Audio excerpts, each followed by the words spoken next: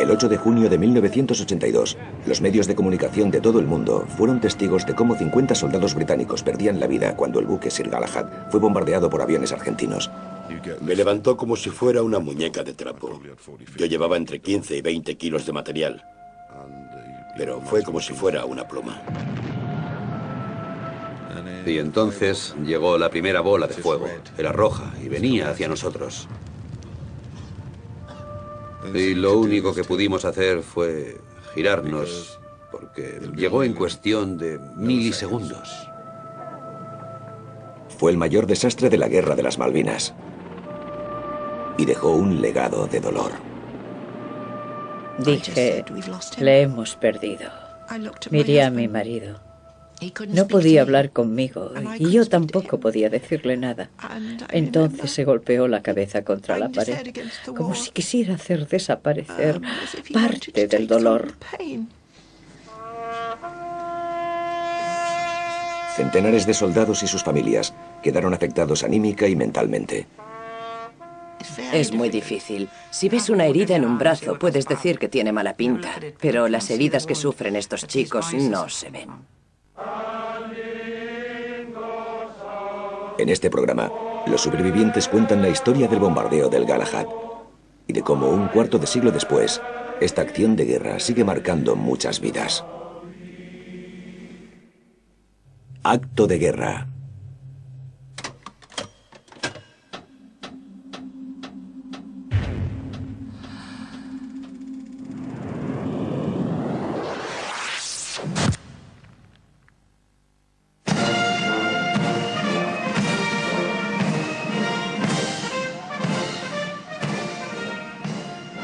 Durante casi un siglo, el primer batallón de la Guardia Galesa ha tenido un papel destacado en la vida militar y ceremonial de la nación. Ian Dale, de Pontypridd, tenía apenas 17 años cuando se unió a la Guardia Galesa.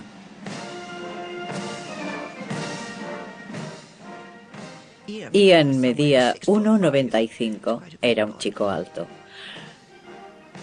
Recuerdo que le vimos formar parte del desfile de las tropas en 1981. Estaba en la escolta que se movía entre las filas. Pensé que el corazón me iba a estallar. Estaba muy orgullosa de él. Le di un golpecito al hombre que tenía a mi lado y le dije, ese de ahí es mi hijo. Estaba muy orgullosa de él. 10 meses después, en abril de 1982, Ian supo que su unidad acompañaría a la Fuerza Especial de las Islas Malvinas. Se acababa de casar y su mujer esperaba a su primer hijo. Nos dijo que no nos preocupásemos, que lo único que iba a hacer era patrullar la isla, que sería otra aventura. Eso fue lo que dijo, que el ejército lleva la aventura a tu vida. Y me dijo, mamá, esto será otra aventura para mí, me apetece hacerlo. Me he casado con Debbie y voy a ser papá, así que voy a vivir una gran aventura.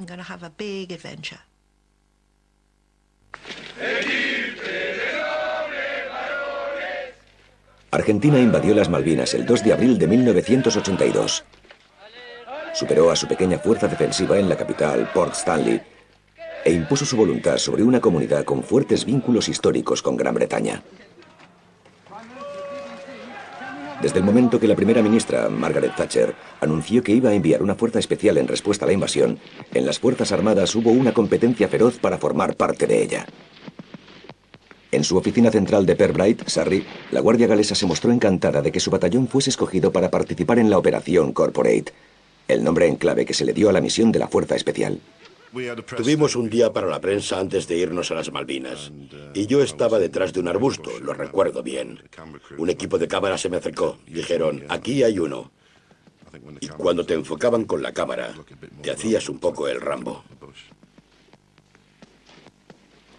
Recuerdo que coloqué a los hombres en una U en el patio de las barracas en Pirbright y vino el jefe y dio su discurso para la nación, como yo lo llamé. Dijo que íbamos a ir allí y que íbamos a cuidar unos de otros. Todos los soldados quieren hacer su oficio, les entrenan para luchar. Les entrenan para hacer operaciones y es lo que quieren hacer. Todo el batallón estaba emocionado y entusiasmado. Sé que estaremos a la altura de nuestras tradiciones del regimiento, sea lo que nos espera.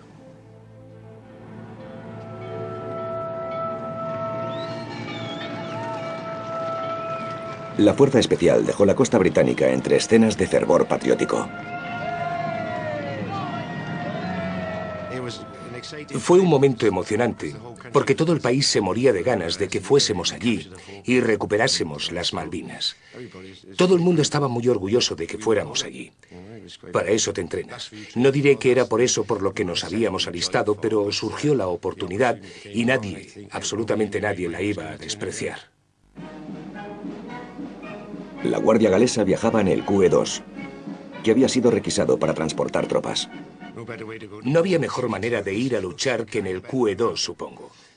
No hay nada mejor. Bueno, las alfombras estaban tapadas con tablones y algunas cosas estaban protegidas, pero seguía siendo un barco muy, muy bonito. Era precioso.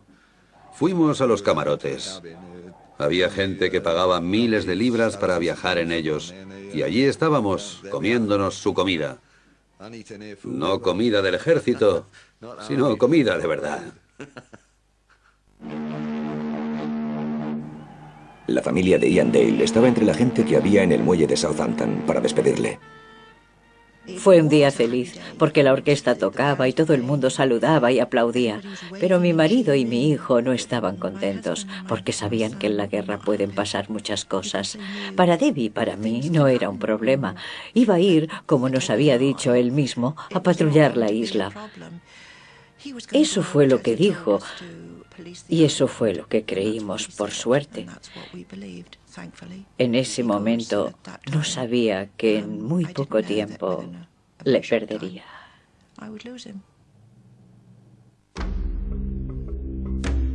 Las Malvinas están a 13.000 kilómetros del Reino Unido, en el extremo sur de Sudamérica. Para la Fuerza Especial, era un viaje de 4 semanas hacia lo desconocido. Creo que al principio todos nos lo tomamos como una aventura. Y todos pensamos que no acabaría siendo la guerra que sí que se desencadenó. Pensamos que zarparíamos, recorreríamos la mitad del camino hasta Isla Ascensión y todo se resolvería, que los gobiernos lo arreglarían entre ellos y nosotros daríamos la vuelta y volveríamos. Las tropas que viajaban hacia el sur pasaron todo el viaje entrenándose intensamente. La perspectiva de la guerra parecía muy lejana. ¡Prepara el arma! No está preparada. Vamos, sácalo, mételo. Prepárala. No creo que nadie tenga idea de cómo será realmente. Es imposible. Se puede recrear, incluso en un ejercicio de entrenamiento, pero es una recreación. En realidad no sabes qué va a hacer el enemigo. Hacen lo que quieren y tú debes reaccionar. No cojáis el arma a no ser que vayáis a disparar. Venga, cargad. Creo que realmente me di cuenta de que me iba a la guerra cuando me dieron las tarjetas que decían qué debía hacer si me hacían prisionero. No te las dan cuando estás de guardia en el Palacio de Buckingham. Así que cuando nos las dieron pensé, un momento, esto se está convirtiendo en algo serio. Un componente vital de la flotilla enviada al Atlántico Sur eran los buques de la Real Flota Auxiliar. Entre sus barcos se hallaba el Sir Galahad, cuyo trabajo era reabastecer los buques de guerra con comida y combustible y transportar tropas y equipamiento. Como el Galahad había entrado al servicio de la Fuerza Especial precipitadamente, cuando llegó a la base británica de Isla Ascensión, 2 semanas después, su carga tuvo que ser reorganizada. Los demás barcos querían muchas de las cosas y las tropas que teníamos. Recolocamos todo en Ascensión en una horrible operación que duró 4 o 5 días. Al final zarpamos desde Ascensión, creo que fue el 21 de abril, en dirección sur, hacia las Malvinas. Días después, la realidad del peligro y la imprevisibilidad de la misión británica aturdió al país cuando el HM Sheffield fue atacado por un misil argentino. Se perdieron 20 vidas.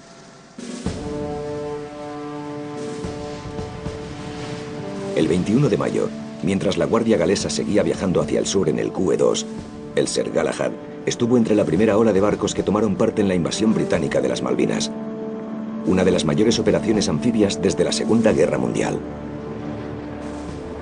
La cabeza de playa de la zona de desembarco estaba en San Carlos, y horas después de que los buques llegaran a la ensenada, miles de tropas y toneladas de material y munición llegaron a la costa sin encontrar oposición.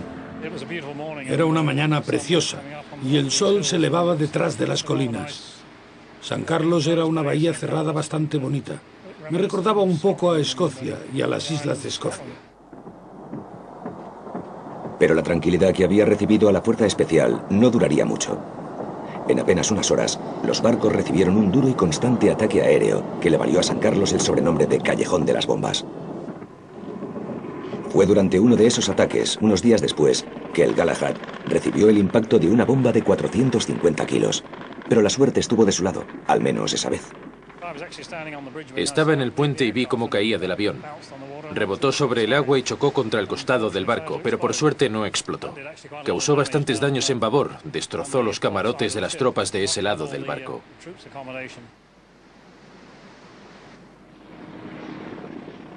El Galahad se reparó rápidamente y volvió al trabajo de proveer a los barcos y las tropas de las islas.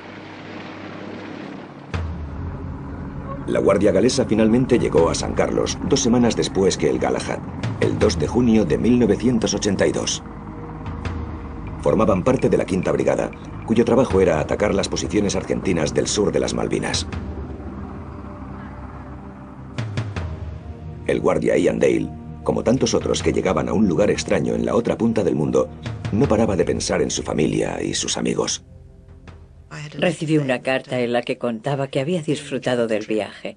Tenían ganas de llegar, de ver qué podían hacerles a los Argis, como les llamaban ellos. Pero había agua por todas partes.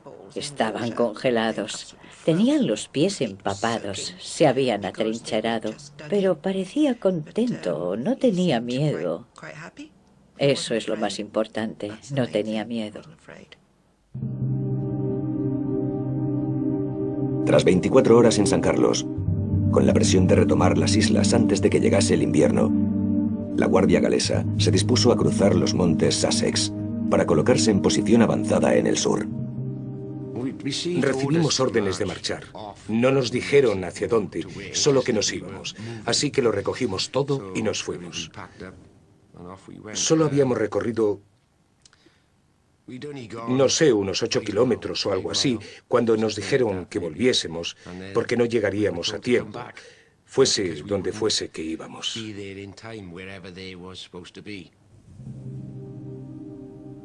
Era imposible debido a las condiciones atmosféricas, por la cantidad de material que llevábamos, ya que el comandante de la brigada le había ordenado a nuestro oficial que llevásemos todo nuestro material y que cruzásemos y nos preparásemos para entrar en la lucha en el sur, para hacernos con Stanley.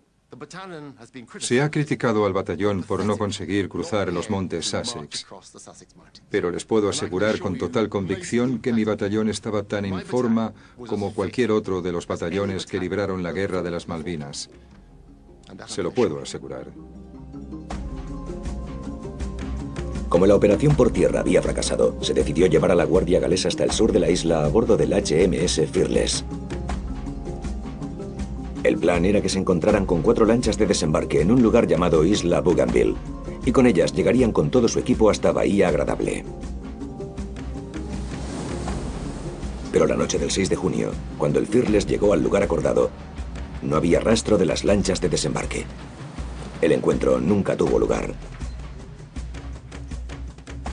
El comodoro Michael Clapp, el oficial a cargo de las operaciones anfibias, no lo descubrió hasta algunos años después. Las había requisado una unidad del regimiento de paracaidistas para usarlas en otro lugar. Los paracaidistas querían usar las lanchas de desembarque para reforzar a su equipo. Así que se las llevaron para poder apoyar a sus 2 unidades. Me dijeron que ese tipo de iniciativas son inevitables en la guerra. A mí me parecía anárquico, y me temo que en algún aspecto lo era. El Fearless llevaba 2 lanchas de desembarque propias, suficiente para transportar apenas a la mitad de la Guardia Galesa hasta la Bahía Agradable, así que se decidió dividir el batallón. La mitad de ellos llegaron a la costa con el coronel Riquet. La otra mitad volvió a San Carlos, con la intención de completar la operación la noche siguiente. Por supuesto, no estábamos muy contentos. Éramos un batallón, una unidad de combate. Nos habíamos entrenado juntos. La solución ideal era que desembarcásemos juntos y como unidad podríamos desarrollar cualquier tarea que nos dieran. Un par de noches antes habíamos recorrido la mitad del camino a Stanley y nos habían hecho volver. Después llegamos hasta allí y también tuvimos que volver. En ese momento empezaron la frustración y la decepción. De hecho, el éxito de la misión británica estaba en peligro. Argentina había atacado importantes buques, como el HMS Antelope, y había obligado al mando de la Fuerza Especial a revisar su estrategia. Se decidió que el HMS Fearless no debía participar en más misiones peligrosas en las que tuviera que llevar a las tropas a posiciones avanzadas. Así que los planes para la Guardia Galesa volvieron a cambiar. Les transfirieron entonces al Sir Galahad, que era más vulnerable, pero que los planificadores militares estaban más dispuestos a sacrificar. No es que estuviésemos desanimados, pero sentíamos que ahora hacíamos una cosa y después hacíamos otra. Supongo que así es la vida militar. Y durante los conflictos se trata más bien de un caos organizado que de cualquier otra cosa. La noche del 7 de junio, mientras la Guardia Galesa dormía, el plan para reunirles con el resto de su batallón volvió a cambiar.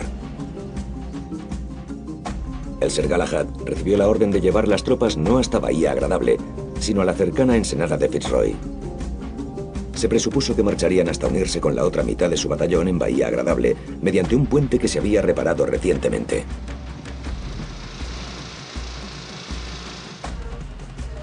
Pero esa noche, nadie comunicó a la Guardia Galesa que iba a bordo del Galahad el cambio de planes.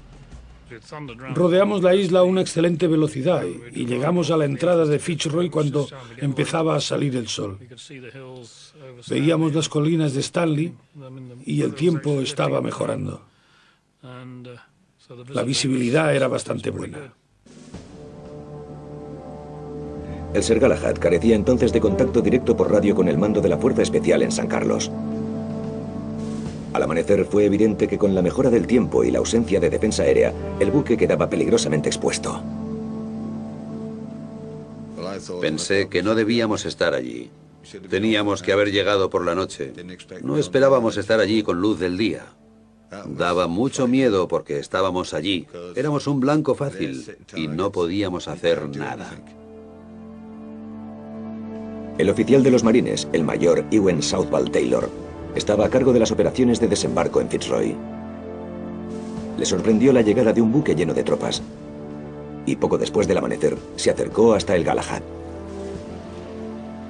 Dijo que el buque corría un grave peligro debido a los ataques aéreos argentinos y ofreció a los hombres transportarlos inmediatamente hasta la costa, que estaba a pocos centenares de metros.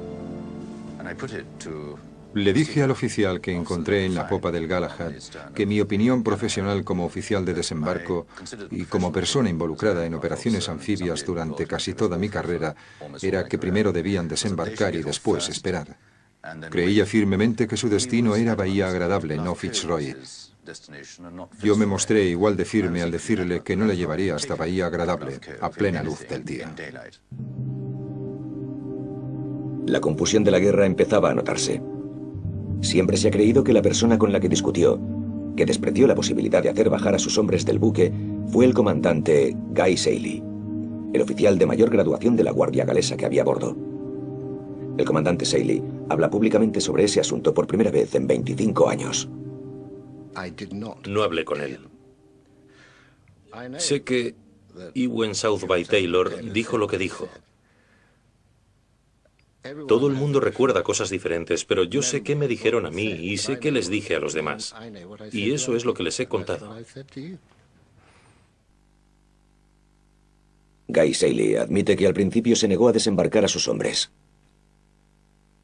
Pero al cabo de media hora tuvo una reunión con el capitán y se llegó a un acuerdo. El capitán dijo: ¿así que no quiere desembarcar? Yo le contesté que no había dicho eso, que lo haría si conseguía órdenes de algún sitio. Al cabo de media hora, las nuevas órdenes llegaron y eran que desembarcásemos con las lanchas en Bahía Agradable en 2 grupos. El problema era que solo había una lancha de desembarque y un pontón en Fitzroy. Y ambos estaban ocupados descargando otro barco, el Sir Tristram. En ese momento, la Guardia Galesa ya llevaba esperando en Fitzroy sobre un buque desprotegido más de una hora. La preocupación iba en aumento. Nos preguntábamos por qué estábamos allí. Y nos parecía que había sido un gran error de planificación habernos enviado allí donde no había recursos. Evidentemente me preocupaba mucho que estuviésemos ahí sentados y fuésemos un blanco fácil con todo el personal que había en el barco. El cuartel general de la Quinta Brigada, de la cual formaba parte la Guardia Galesa, estaba a apenas unos centenares de metros en la costa. Pero no esperaban al Galahad, y no tenían ningún plan para hacer desembarcar a la Guardia.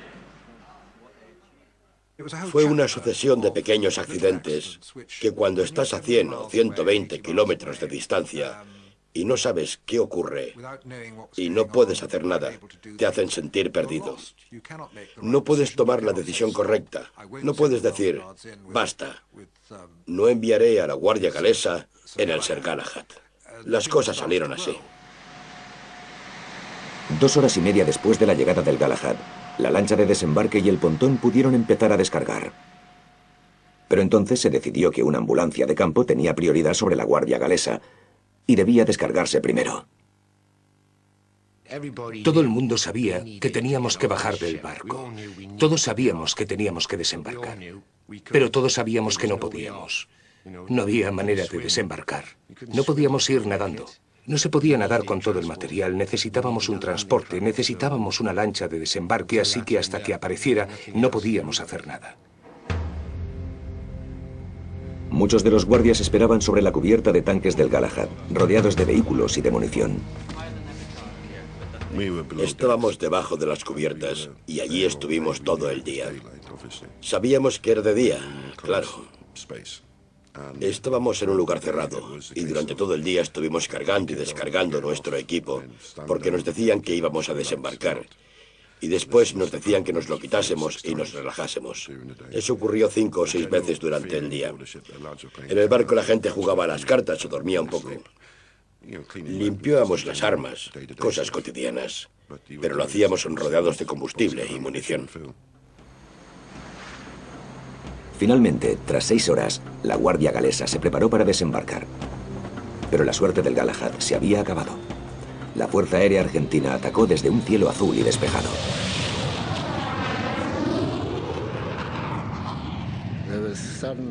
De repente oímos un rugido y miré hacia arriba y vi la parte de abajo de unos 5 aviones o incluso 6.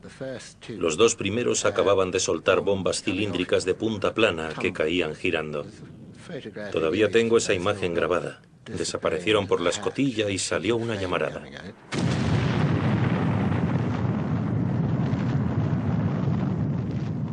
El mundo se volvió naranja. El impacto me levantó como si fuese una muñeca de trapo. Yo llevaba entre 15 y 20 kilos de material, pero fue como si fuera una pluma. Estaba ahí de pie. Me volví a mirar hacia mi izquierda cuando hubo la explosión. Y la bola de fuego me golpeó el lado izquierdo. Aspiró todo el aire de mi cuerpo. No es que contuviera el aliento. No había aliento que contener. Estaba volando. Me temblaban todos los huesos. Me dolían todos los nervios. Lo único que pude oír cuando nos dieron fue un ruido de ráfaga. A mi izquierda estaba la unidad de mortero. A ellos les dio de pleno. Me encontré entre un amasijo de cuerpos, de hombres vivos. Tenía gente debajo y tenía gente encima.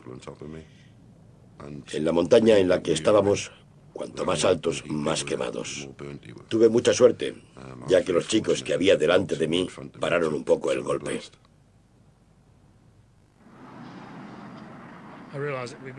Me di cuenta de que había sido un ataque bastante violento. Tras un par de minutos decidí que lo mejor que podía hacer era llevar a todo el mundo desde las cubiertas inferiores a las superiores. Así que anuncié por megafonía que abandonaran el barco. Durante los 10 primeros segundos cundió el pánico. Después empezamos a entender lo que había pasado y actuamos con profesionalidad. Todo el mundo empezó a subir lo más rápido posible. Entonces empezaron a salir por la puerta. Estaban todos quemados, humeaban, había fuego, tenían la ropa en llamas. Estaban todos muy mal. Y salían en grandes cantidades por la puerta. No había espacio, fue horrible. Unos 30 segundos después de que saliésemos a la cubierta de tanques por tercera vez, tras sacar a todo el mundo, hubo una gran explosión. La munición estalló, estallaron los vehículos y supimos que no valía la pena volver a bajar, porque todos habían muerto. Es horrible. Lo primero que piensas es que, gracias a Dios, es otra persona y no tú. Y en cuanto lo piensas, te arrepientes. Porque esa otra persona es uno de tus compañeros. Cerca de allí, en la ensenada de Bahía Agradable, el oficial al mando Johnny Rickett y su sargento mayor, Tony Davis, no tenían ni idea de dónde estaba la otra mitad de sus hombres. Lo recuerdo muy bien. Y si lo pienso, vuelvo a vivirlo. Cogí a Tony y nos montamos en la moto. Veíamos una columna de humo que salía de un barco, uno de los 2 barcos que estaban en el puerto de Fitzroy. No sabíamos que nuestros chicos estaban en ese barco cuando lo bombardearon. Ni siquiera sabíamos que nuestros chicos estaban en ese barco. Muy dentro de mí, cuando vi que habían alcanzado un barco, no sé si fue una premonición, pero supe que había guardias galeses a bordo de ese barco. Ambos barcos estaban en llamas, el Tristram y el Galahad. Los botes salvavidas llevaban a algunos hombres a tierra. Podría decirse que era un caos, pero era un caos organizado. Una vez que los chicos bajaban del barco y llegaban a la costa, había mucha ayuda. La ambulancia de campo estaba en la costa, administraban primeros auxilios, les daban morfina y ayudaban a quienes necesitaban socorro. Pasaban muchas cosas buenas, pero la situación era horrible. Como los heridos fueron transportados rápidamente a diferentes barcos y hospitales de campo para su tratamiento, tardaron días en saberse el alcance de las muertes y las heridas. El viernes nos dijeron que había desaparecido y el sábado por la tarde, sobre las 4 o las 5, el ejército llamó a la puerta y nos dijeron que aunque no había cuerpo que demostrara que mi hijo había muerto, tenían que suponer que así había sido porque no le encontraban. Yo solo dije, le hemos perdido. Sabía que había desaparecido y sabía que no le volvería a ver. Y miré a mi marido, que no podía hablar conmigo. Y yo tampoco podía decirle nada. Y recuerdo que se golpeó la cabeza contra la pared, como si quisiera aliviar el dolor. Pero ese tipo de dolor no se alivia, no es fácil.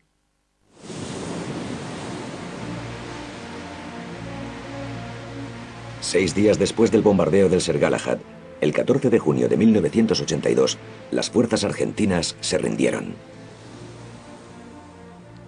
Cabo de tierra Anthony Berg.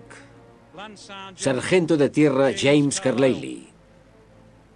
Guardia Ian Dale. Mientras el resto de la Fuerza Especial celebraba la victoria en las Malvinas, la Guardia Galesa regresó a Fitzroy para celebrar un funeral. Se hizo a bordo del Tristram, mientras el Galahad seguía ardiendo junto a él.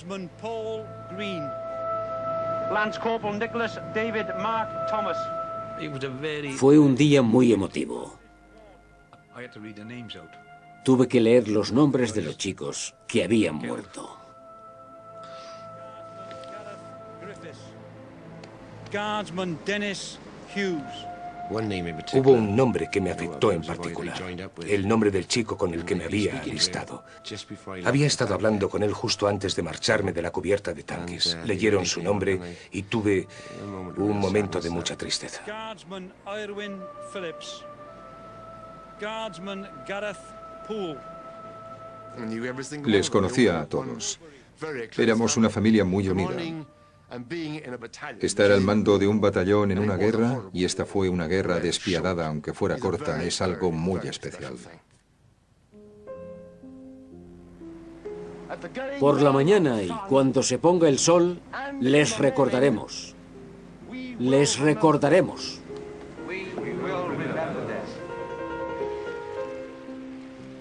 Tras la ceremonia, el Galahad fue remolcado hacia el mar y se hundió como una tumba de guerra. Parecía el final de un trágico episodio en una campaña victoriosa.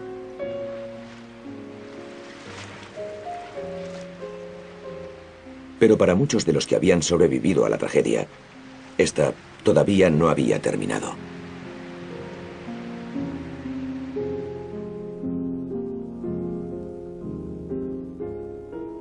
Cuando volvimos, tomamos tierra en Bryce Norton.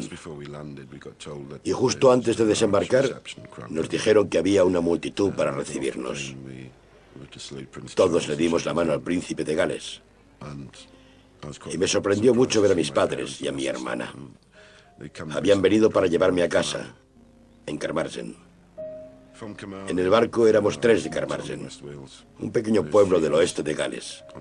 Y los otros 2 habían muerto. Erwin Phillips, con quien yo había ido al colegio. Nos habíamos alistado juntos y yo estaba a 10 metros de él. Lo primero que hizo cuando bajó del avión y se quedó muy sorprendido al vernos fue sacar una fotografía de Erwin del bolsillo y decir: mira esto, mamá. Evidentemente pensaba en ello en ese momento, aunque entonces no me di cuenta. Estábamos muy contentos de verle. Llegamos hasta Carmarthen. Nos acompañaba una escolta policial con la luz azul. Y había un montón de gente, todos muy contentos. Fue increíble. 300 personas. Había banderas, sonaba Tom Jones y había frases de bienvenida.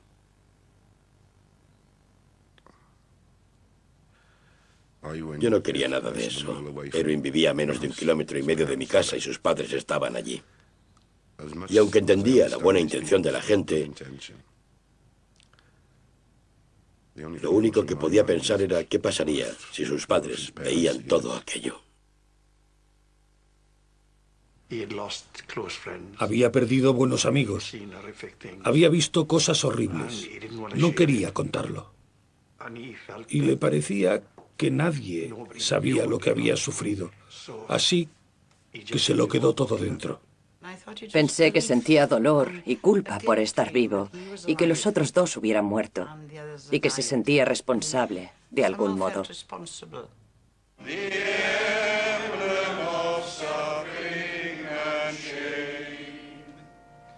Durante los meses siguientes al incidente del Galahad, el dolor y la pena de algunas familias dio paso a la rabia.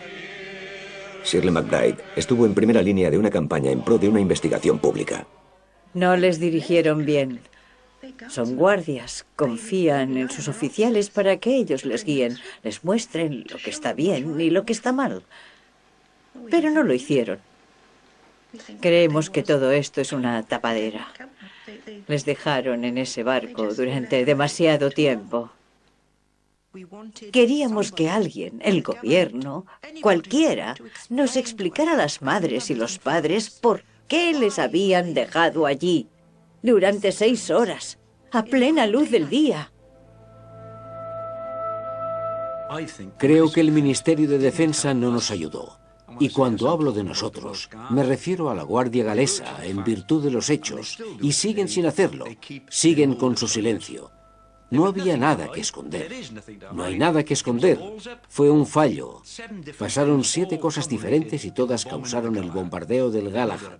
No hay duda de ello. No hay nadie a quien culpar. No hay un responsable y deberían haberlo dicho públicamente. Si lo hubiesen hecho, por un lado habrían ayudado a la Guardia Galesa y por otro habrían ayudado a los padres y los seres queridos de aquellos que murieron en el barco. El hijo de Shirley MacBride, Ian Dale, no volvió a casa tras la guerra. Su cuerpo no se encontró nunca y ella tuvo que aceptar una pérdida sangrante. No tenía ni idea de que no volvería a ver todo lo que tenía. Y tenía muchas cosas. Era muy joven. Tenía un bebé en camino. Iba a ser padre. Era muy feliz. Bautizamos a Gareth. Mi otro hijo fue su padrino. Recuerdo que le miré y lloré muchísimo, porque mi hijo debería haber estado allí. Era su bebé.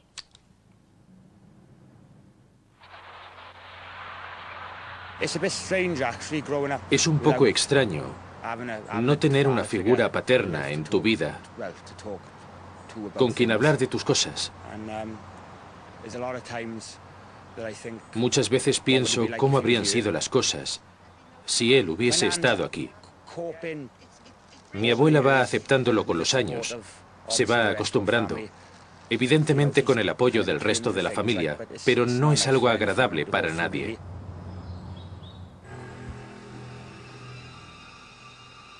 Durante años, después de la Guerra de las Malvinas, Derry Price vivió muy afectado por su experiencia en el Galahad. En 1995 le entrevistaron para un programa de la BBC y le preguntaron por su caos interior. Siento que llevo 12 años en ese barco y todavía no he conseguido bajar.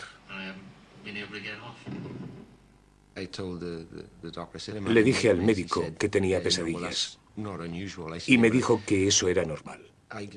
Pero eran durante el día. Eran pesadillas durante el día con los ojos abiertos. Era muy raro. No es que no te puedas despertar, porque ya estás despierto, pero revives el incidente durante el día con los ojos abiertos y te acaba afectando. Te afecta. Terry vivió atormentado por esos recuerdos del Galahad y lo que había visto el 8 de junio de 1982. Empezó a beber mucho y su primer matrimonio se hundió.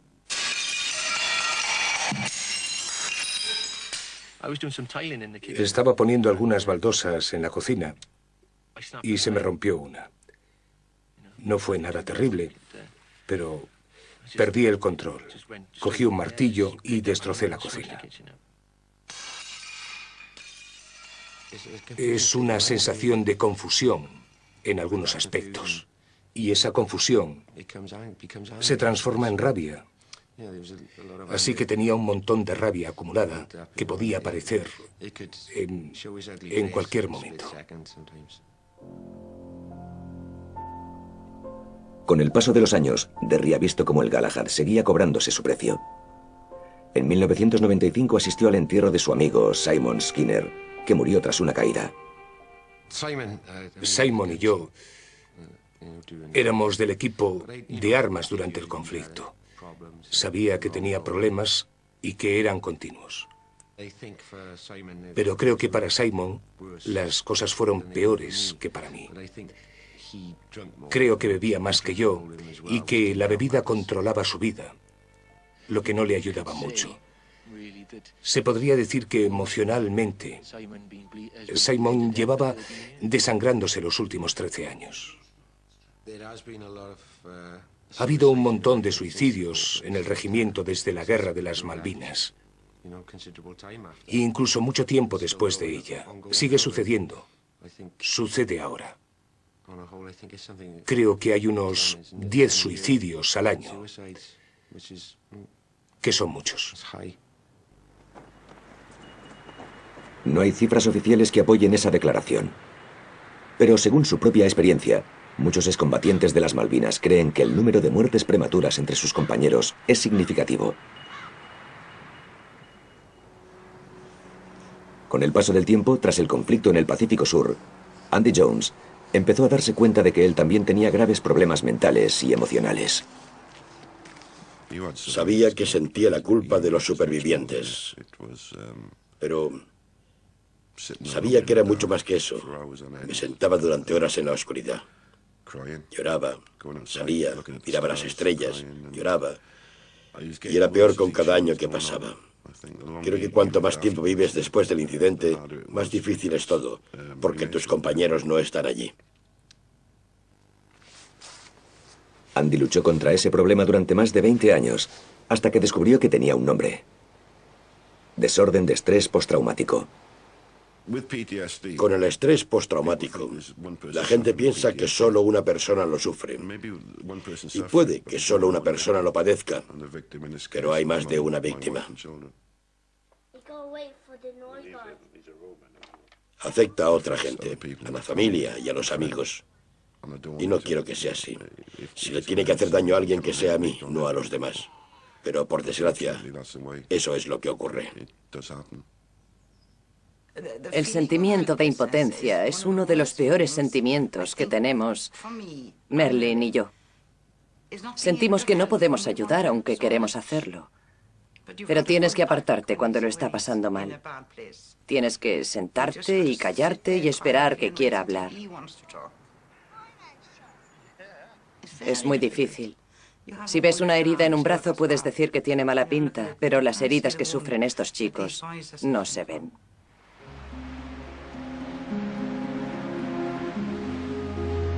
A muchos de aquellos cuyas vidas se han visto afectadas por el bombardeo del Galahad, la ensenada de Fitzroy, el lugar donde ocurrió, parece llamarles desde la otra punta del mundo. Shirley MacBride ha estado allí 2 veces.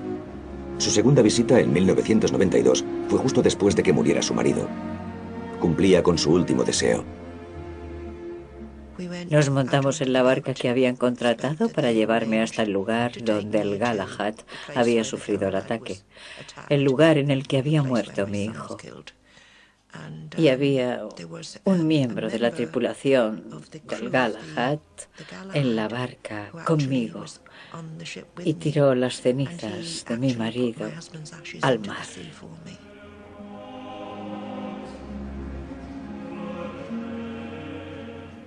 Al menos siento que mi hijo tiene simbólicamente a alguien a su lado. Así que puedo quedarme y ser la madre del hijo que me queda, y mi marido estará con mi otro hijo. Quizá así es como debe ser.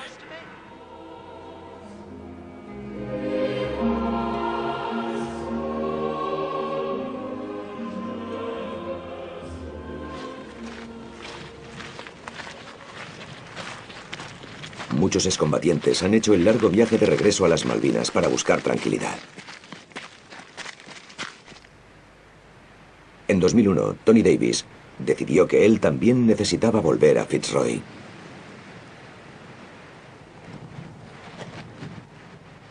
No podía hablar de ello, especialmente si me tomaba algo o estaba un poco malhumorado.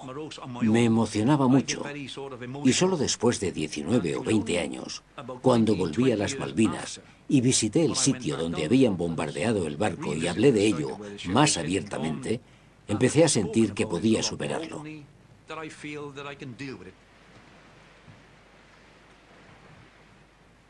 Hizo que me enfrentara a ello, me hizo pensarlo directamente, me hizo hablar de ello. Y recuerdo que me senté cerca del monumento conmemorativo y miré dónde se había quemado el barco. Lo reviví todo y me enfrenté al hecho de que había ocurrido de verdad. No podíamos cambiarlo. Había que superarlo. Sentí que se cerraba esa parte, ese incidente. Muchas gracias a todos por estar hoy aquí. Andy Jones es el secretario de la rama galesa de la South Atlantic Medal Association, por la medalla que se les concedió a todos los que sirvieron en la campaña de las Malvinas. Fundó esa rama tras un viaje a las Malvinas organizado por la asociación. Cuando volví del viaje, sentí que tenía que agradecérselo de algún modo a esa gente. Y ahora nos va muy bien. Y ha absorbido toda mi vida. La excursión patrocinada por los excombatientes hasta Penny-Fan en Brecon Beacons es para conseguir fondos para un monumento en Cardiff en memoria de las fuerzas británicas que murieron en la Guerra de las Malvinas. Te das cuenta de que no eres el único que sufre. Te das cuenta de que en un mundo tan masculino también es normal tener síntomas de estrés postraumático y sufrir. Porque eso es lo que pasa. Es una cosa muy masculina y crees que deberías poder enfrentarte a lo que ocurrió en el Galahad, ser un hombre. Y que si no puedes hacerlo, no eres un hombre. Pero el viaje me enseñó que no, que puedes ser un hombre y no aceptar lo que ocurrió en el Galahad.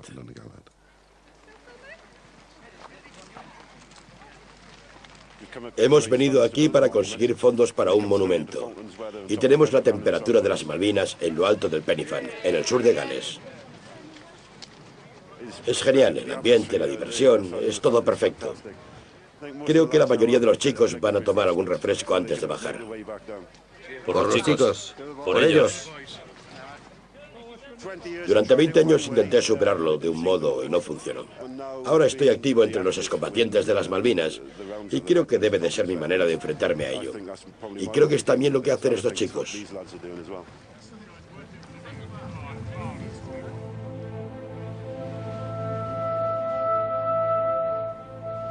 Tras años de lucha solitaria contra sus demonios, Derry Price buscó ayuda médica.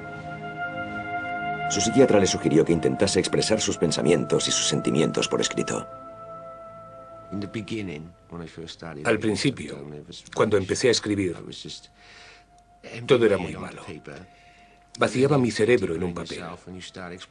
Pero entonces empecé a explorarme a mí mismo, a pensar más profundamente, a pensar cómo me había afectado personalmente perder a mis amigos. Escribía en privado y lo mantenía en secreto.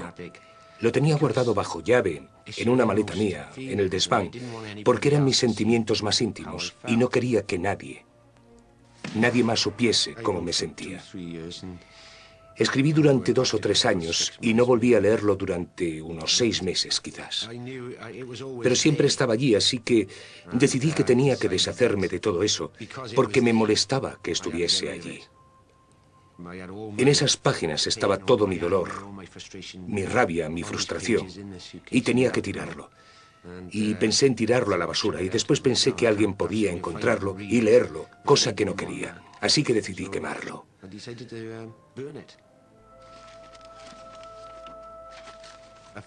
Fue como si exorcizara gran parte del dolor que había acumulado tras años de pasar de una situación a otra y muchas otras cosas. Miré cómo se volvía humo y me sentí bien. Todo había empezado con el fuego, así que tenía que terminar con fuego.